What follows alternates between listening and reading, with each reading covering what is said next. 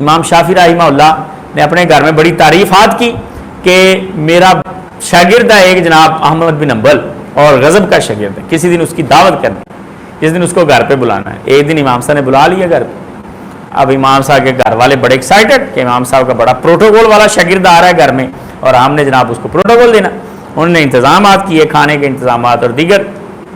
اب امام احمد بن حنبل رحمہ اللہ آئے، کھانا کھایا اور جناب معاملات ہو گئے، سارے رات گزاری۔ اگلے دن امام شافعی کی بیٹی کہنے لگی کہ ابا جی آپ تو کہتے تھے بڑا نیک شاگرد اور بڑا یہ وہ، مجھے تو اس میں کوئی چیز نظر نہیں آئی۔ امام شافعی رحمہ اللہ کہنے لگے کیسے؟ کہتی پہلے نمبر پر کھانا اس نے اتنا زیادہ کھایا ہے، نیک لوگ کہاں اتنا کھانا کھاتے ہیں، جو لے کے گئے ہم نے سارا اس نے چٹ کر دیا۔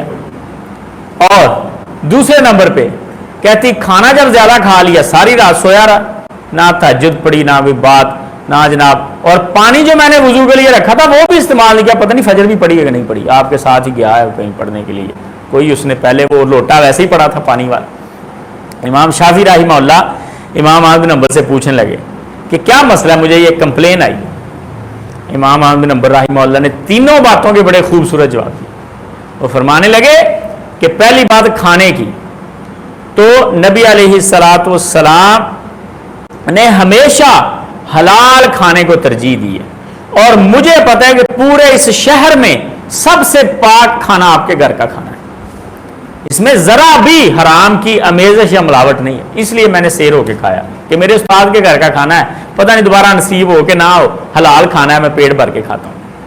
اور کہنے لگے دوسری بات کہ میں نے تہجد نہیں پڑھی، کہتے میں کھانا کھاتا ہی گیا اور میرے ذہن میں ایک روایت آ گئی اور میں نے اس سے مسائل اخذ کرنا شروع کر دی۔